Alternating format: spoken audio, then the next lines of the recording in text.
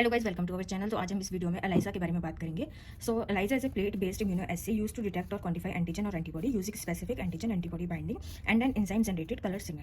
तो basically ELISA क्या होता है? एलाइजा में हम चेक करते हैं, क्वांटिफाई करते हैं एंटीजन और एंटीबॉडी की कंसंट्रेशन, और हम चेक करते हैं एंटीजन और एंटीबॉडी की प्रेजेंस। तो एलाइजा एक मेथड है, क्वांटिटेटिव मेथड भी बोल सकते हैं इसको, और क्वालिटेटिव मेथड भी होता है। ठीक है, क्वांटिटेटिव के केस में हम कंसंट्रेशन पता करते हैं एंटीजन और एंटीबॉडी की, क्वालिटेटिव के केस में हम प्रेजेंस पता करते हैं कि वो पर्टिकुलर एंटीजन या एंटीबॉडी प्रेजेंस है या नहीं है। और उसके बाद हम इसमें जो हमारी एंटीबॉडी होती है वो एंजाइम लिंक्ड होती है, जिसकी वजह से हम उसे सबस्ट्रेट देते हैं और वो एक कलर्ड सिग्नल प्रोड्यूस करती है, जो कि हम विजुलाइज कर सकते हैं कि उसमें एंटीजन और एंटीबॉडी की प्रेजेंस है या नहीं है।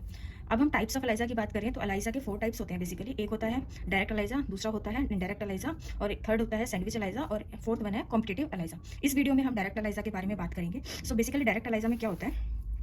हमारा ये एंटीजन है, ठीक है, मतलब ये हमारा सैंपल है। सपोज हमारे पास कोई सैंपल है और उसमें किसी पर्टिकुलर एंटीजन की हमें फाइंड आउट करना है कि वो पर्टिकुलर एंटीजन उसमें प्रेजेंट है या नहीं है। ठीक है, एंटीजन कहीं तो कोई भी वायरल पार्टिकल हो सकता है, बैक्टीरियल प्रोटीन हो सकता है, कोई भी पेप्टाइड हो सकता है, कोई भी हार्मोन्स हो सकते हैं। ठीक है, तो वो हम उसको यहाँ पे as a antigen find out करना चाहते हैं। और फिर हम क्या करेंगे, यहाँ पे हमने सैंपल ऐड करा अपना, और जो पर्टिकुलर एंटीजन हम फाइंड आउट करना चाहते हैं उसके अगेंस्ट में हम यहाँ पे एंटीबॉडी अटैच करेंगे, और वो होगी हमारी प्राइमरी एंटीबॉडी। और जो हमारी प्राइमरी एंटीबॉडी होती है वो एंजाइम लिंक्ड होती है, उसमें एक एंजाइम अटैच होता है। अब यहाँ पे एंजाइम अटैच है तो हम क्या करते हैं, यहाँ पे सबस्ट्रेट देते हैं, तो वो एंजाइम की प्रेजेंस में उसको एक कलरफुल प्रोडक्ट में कन्वर्ट कर देता है। तो बेसिकली डायरेक्ट एलाइजा में क्या होता है, हम एंटीजन अपना सैंपल डालते हैं और उसके अगेंस्ट में हम एंटीबॉडी अटैच करते हैं, वो एंजाइम लिंक्ड एंटीबॉडी होती है, और उस फिर हम सबस्ट्रेट ऐड करते हैं और उससे हमें प्रोडक्ट मिलता है। तो इसमें डायरेक्ट एलाइजा में सिर्फ एक सिंगल एंटीबॉडी का यूज़ होता है।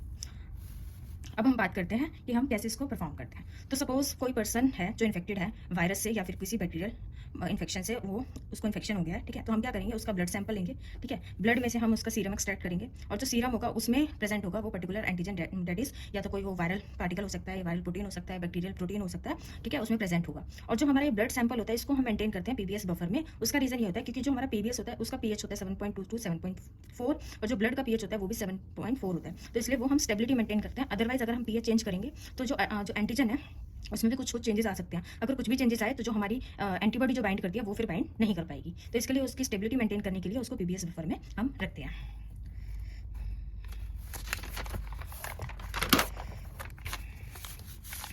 अब हम यहाँ पे बात करते हैं हम कैसे उसको परफॉर्म करते हैं। तो जो एलाइजा होता है उसको हम एक 96 वेल प्लेट में परफॉर्म करते हैं। तो सपोज आप कंसीडर कर लो कि ये एक 96 वेल प्लेट का एक ये वेल है। ठीक है, तो एग्जांपल के लिए हम मान लेते हैं कि हम यहाँ पे डेंगू वायरस, मान लो कोई पर्सन है उसको डेंगू हो गया, तो हमें चेक करना है कि वो डेंगू वायरस की वजह से ही वो मतलब उसको इन्फेक्शन हुआ है या फिर किसी और प्रॉब्लम की वजह से, या उसे कोई और इन्फेक्शन है। तो हमने क्या करा, डेंगू वायरस जो है उसका NS1 प्रोटीन जो है उसको हम डिटेक्ट करना चाहते हैं, तो उसको हम यहाँ पे एज ए एंटीजन कंसिडर कर रहे हैं। ठीक है, हमने क्या करा, ठीक है, यहाँ पे सीरम डाला, सीरम में सपोज NS1 एंटीजन प्रेजेंट है, तो वो क्या करेगा, यहाँ पे NS1 एंटीजन आके बाइंड हो जाएंगे। और इसके अलावा और भी जो प्रोटीन्स होते हैं सीरम के अंदर वो भी आके बाइंड कर सकते हैं, क्योंकि ये प्लेट ऐसी होती है कि ये दोनों एंटीजन, कोई भी एंटीजन यहाँ पे बाइंड कर सकता है या कोई भी एंटीबॉडी भी आके बाइंड कर सकती है। तो हमने यहाँ पे सीरम सैंपल ऐड किया और यहाँ पे आके NS1 के एंटीजन अटैच हो गए। फिर हम क्या करेंगे, यहाँ पे ब्लॉकिंग करेंगे। ठीक है, ब्लॉकिंग हम इसलिए करते हैं कि सपोज हमने यहाँ पे एंटीजन यहाँ पे ऐड कर दिया। ठीक है, अगर हम ब्लॉकिंग नहीं करेंगे, ठीक है, तो यहाँ पे जो ये छोटी छोटी साइट्स है ना, जो मैंने सर्कल से डिनोट करी है, ये यहाँ पे एम्प्टी साइट्स हैं। यहाँ पे क्या हो सकता है, कोई भी एंटीबॉडी या एंटीजन अटैच हो सकता है और जिसकी वजह से फॉल्स रिजल्ट भी जनरेट हो सकता है। सपोज यहाँ पे ये एम्प्टी स्पेस रह गया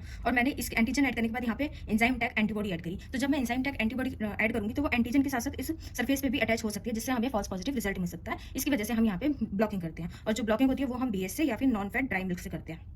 ठीक है, तो इसका रीजन ये होता है BS से और नॉन फैट ड्राई मिल्क से करने का, क्योंकि ये नॉन रिएक्टिव होते हैं, स्टेबल होते हैं, न्यूट्रल होते हैं। इसके बाद हम क्या करेंगे, यहाँ पे enzyme tagged primary antibody add करेंगे। ठीक है, अगर NS1 प्रोटीन एंटीजन प्रेजेंट होगा तो ये जो एंजाइम टैग्ड एंटीबॉडी होगी ये जाके बाइंड कर जाएगी, और जो ये एंटीबॉडी होती है ये स्पेसिफिक होगी NS1 एंटीजन के, इसलिए वो जाके वहाँ पे बाइंड कर जाएगी। ठीक है, उसके बाद हम यहाँ पे करते हैं सबस्ट्रेट का एडिशन, और जब सबस्ट्रेट का एडिशन करते हैं तो सबस्ट्रेट क्या करता है, उसको एक कलरफुल प्रोडक्ट बना देता है, जो हम अपनी आईज से विजुलाइज कर सकते हैं, और फिर हम उसको स्टैंडर्ड करके थ्रू क्वान्टिफाई भी कर सकते हैं।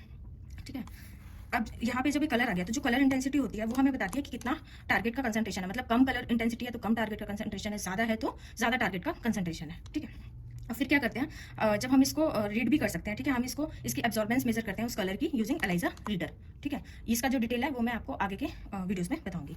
अब यहाँ पे हम कौन कौन से एंजाइम्स यूज करते हैं, उनके कौन से सबस्ट्रेट होते हैं और उनका कौन सा कलर प्रोड्यूस होता है वो भी बात करते हैं।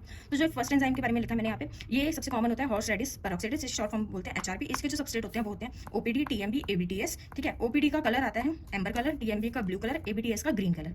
अगर हम एल्कलाइन फॉस्फेटेज की बात करें तो इसका सबस्ट्रेट होता है PNPP और ये जनरेट करता है येलो कलर।